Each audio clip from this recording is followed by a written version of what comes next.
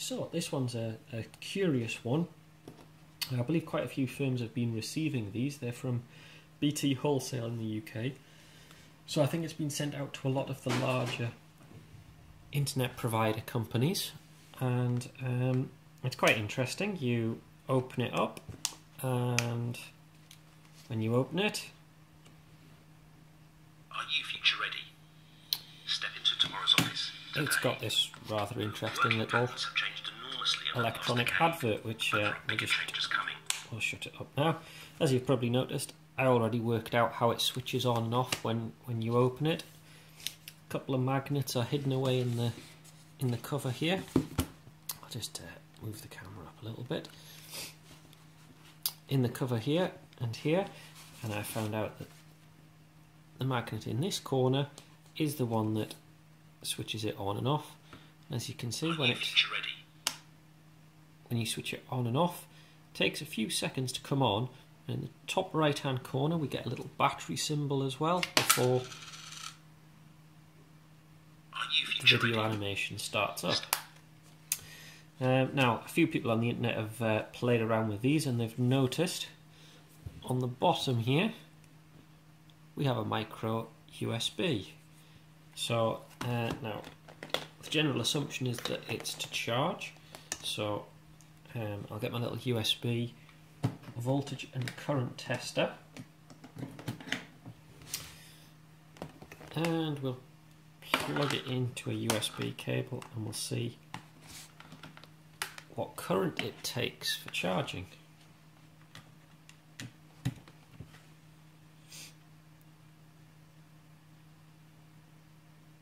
And it's taking just over half an amp there, and yep, I thought so. A little charging symbol at the same time. So that's how that works. Now let's take a little closer look into it. Let's take it off charge now, and I've very carefully already peeled it apart down the edges so that it opens up a little bit more. Now if you are opening one of these yourself, beware of this very thin cable. It was glued to the back.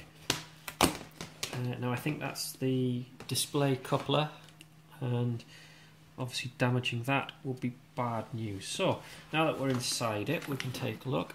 We've got what looks like a small lithium-ion battery on it, which says 3.7 volts, 500 milliamp hours. We've got our speaker here, and up in the corner here is, I think that'll be our reed switch, which is the start and stop. We've got the USB wire and connector at the bottom, and we've also got, and I didn't know this until I took it apart, these three here, which are touch switches.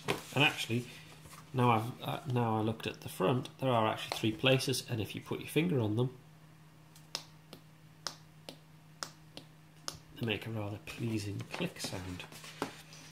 And they're fed in separately, so they must have three separate functions. So looking on the board here, what do we have? Well, like I said, we've got our video connector, which is removable. We have each of our switches going in the top here underneath that bit of hot melt glue. We have our reed switch, which interestingly has three wires coming out of it, and again goes straight into the board. It's the middle three here. We've got our two wires for the small speaker here, 8 ohm speaker, and our two wires to the battery. And looking on the battery, just take a bit of a closer look, I think this has got built-in protection circuitry for the lithium ion.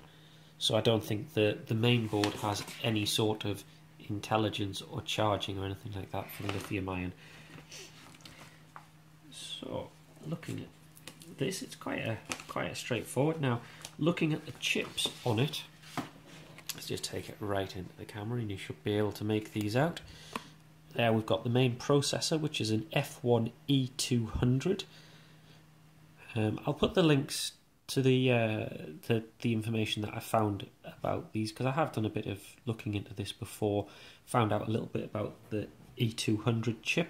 Along the bottom we've got a Hynix HY27UF084G2M, and we've also got another Hynix 334A. Again, I'll put some of the descriptions and information in the comments below, so you can look them up as well. And it's quite an interesting little board, really. It's quite a nice compact screen. Interestingly, you don't see any sort of boot sequence or anything like that, which I wondered whether you might. Are you future ready? You see, it just comes straight on. Now, one thing that has been discovered is that plug the USB into a computer, and sure enough, it actually appears as a storage drive, and there's 3 video files on there. So it looks like the board just literally reads the 3 files off its storage chip and plays them, I'd assume in sequence, or it may be triggered by one of these 3 buttons. I have to have a further play around with that. Now, what I'm curious about is whether we have a boot sequence or anything that we can take a look at. So the only way to find that out, I think, will be to take the battery off and see what happens when it's powered on from cold, because obviously all of the time that it's connected, it's getting power from this lithium ion battery, so it could be in a type of standby state. So I think the next job will be take the lithium ion battery off, take the globs of glue off, disconnect the battery, and see if we see anything different. So I'll briefly pause and come back once I've done that, because there's quite a bit of glue and prizing, and obviously we don't want to damage the lithium ion too much, do we?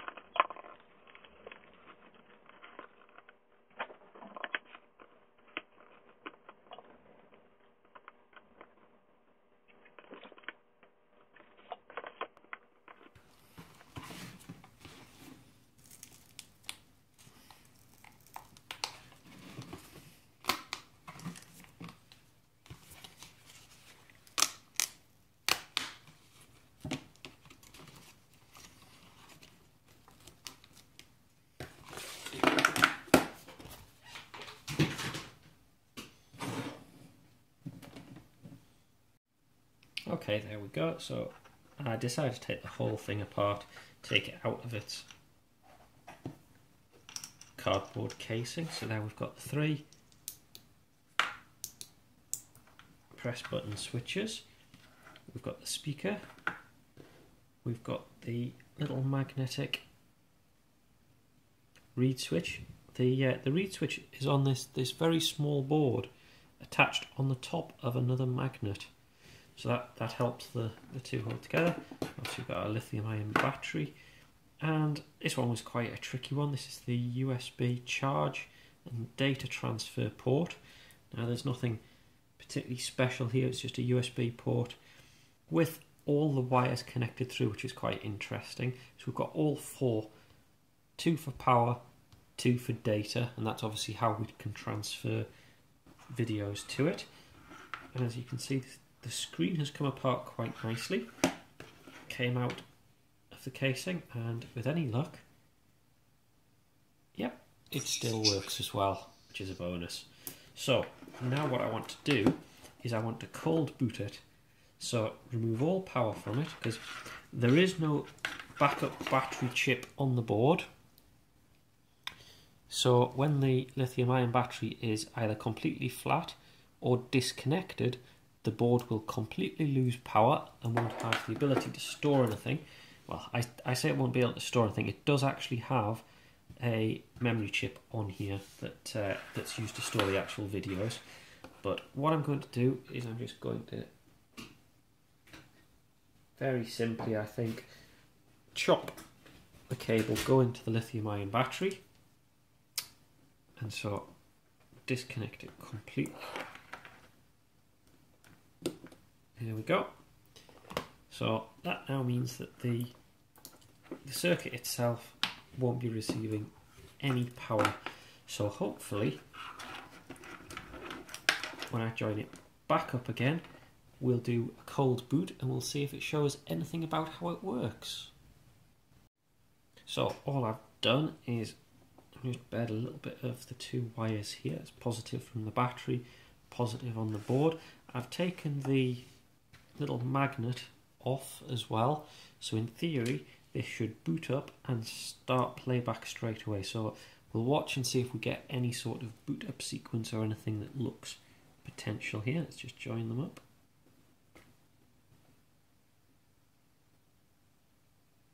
Are you future ready?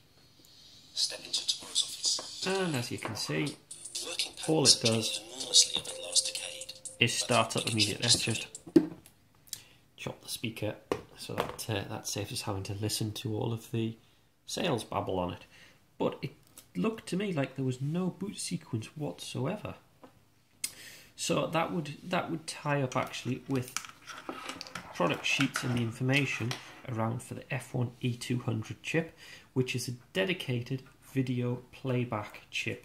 So it's not a reused board, it's not something that's particularly clever. All the board does is it uses its onboard flash and plays back whatever files are on there. Now the input and output along the top here, and looking at the spec sheet, there's actually quite a few I/O ports available.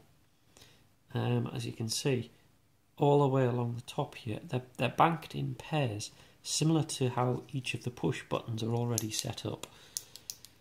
So I suggest that would be things for play, pause, etc. So what we could do is we could try that out. What I'll do is I'll join the power wire back up again. And yes, we'll have to be slightly cautious now that we don't cause a short. Of course, a lithium-ion battery short is not a good thing to do. So let's just check, that should be playing back now. Yep, that's playing back. And when you press the existing push buttons, what happens is it looks like it restarts the sequence. Now we've got all of these other terminals along the top. So what I'm going to do is I'm going to try joining a couple of them together as though there was a switch installed on them and see if it changes what's happening on the playback. Slightly tricky this, but we'll give it a go.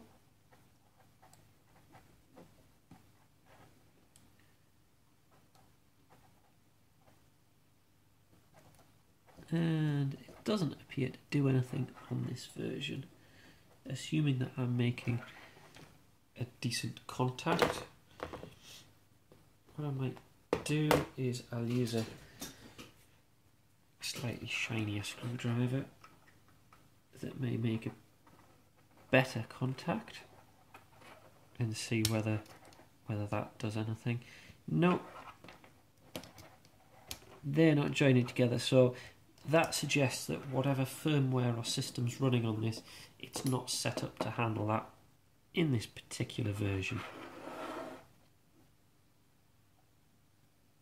Ooh, although, oh no, I for a moment there I thought it had frozen playback, because I wondered whether there'd be transport controls on them, play, pause, etc. But obviously not. just looking along the bottom, it looks like an LED backlit display. We've got a little bit of light creeping out from the bottom there. It also appears it's in a plastic frame, so we could possibly see what happens if we take the plastic frame. It's only going to reveal more of the display and the backlight, to be honest with you. It's not going to reveal many secrets inside the unit. Now, as I was looking up the product sheets, yes, this is just this gets you at the different layers.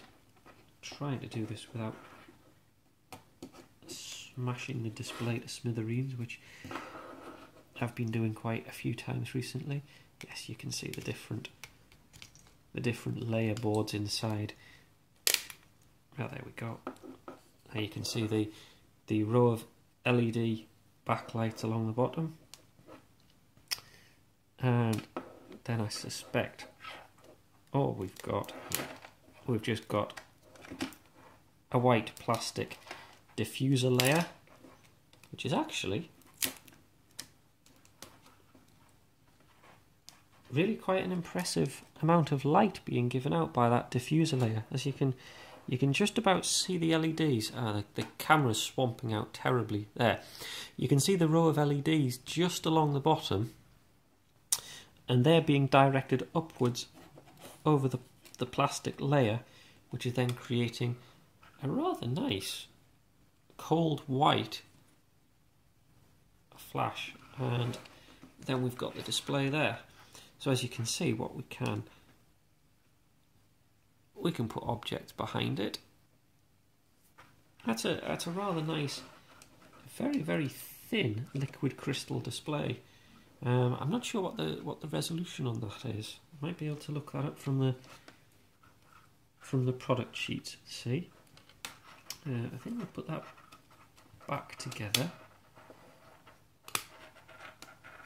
which I think that might have just destroyed it. Oh, let's hope not. That is always the problem doing this. Let's just see. Yes, we've got no screen, no backlight, so we've got a potential that I might have just killed it. Let's just separate it all back out again. Of course, I never actually watched this right to the end and watched to see what happened when it got to the end of its video sequence. I'm not sure whether it just automatically moves on to the next one or what exactly happens. Oh, there we go. No, it's not broken. So it may actually have got to the end of its sequence and simply powered down to save power. I suspect that would be the case. Anyway, the main board, I looked into how the main board, and this is quite a common greeting card main board, and it's available. It's around about $20 to buy in generic packaging and to use for your own marketing and purposes like that. There's very little on the chipset and its connections, unfortunately, so being able to tap into it and use it for something else, fairly unlikely. However, you can always plug into the USB port and upload video onto it. So that's always one way of using the board further. But other than that, it's a rather nice little marketing board, quite smart, quite eye-catching, I've got to say, and yeah, not bad at all. Quite an interesting little bit of electronics. So just to add to this, so the processor is an F1E200, which is a dedicated video playback processor. Now, the other chips that we have here, the main ones here is this one here is a Hynix HY27UF084G2M. Again, I'll put this in the information below. That is a 256 meg PC2100 RAM. So that's the operating RAM for the board. The other things that we've got here, we have another Hynix. This one is a 27UF084G2M. Now this one is the storage chip. Now that's 512 meg of 8-bit flash storage. The interesting thing is it's partitioned up. There's another 16 meg which is separate to that, which is flashable separately. So what I suspect is when you plug it into USB and it appears as a mass storage device, you probably see the 512 meg main capacity of this, and whatever the 16 meg is for is either for operating the board or reserved area, something like that. The rest of it's fairly straightforward. The Hynix chips run at 3.3 volts. Actually, what's the cell here? Yeah, so it's a 3.7 volt cell on it, so that would make sense. The only other component of note is this small chip here, and that one is an NS4150, and that is a mono audio amplifier, and the product sheet says at 5 volts that gives out 3 watts. So there's a few little components of note on there, but yeah, not a bad little board, to be honest, for a little. Well, it's a throwaway gimmick, isn't it? It's something that you send out in the post and you'll never see again. So the only downside to that, I guess, is that it's landfill, which, as we know now in modern society, first of all, lithium-ion batteries really shouldn't be sent to landfill. LCD screens like this. So what I'm going to do is I'm going to hold on to these components because they are quite usable. They are reusable parts. Some nice tactile buttons here, obviously lithium-ion battery. They can be repurposed.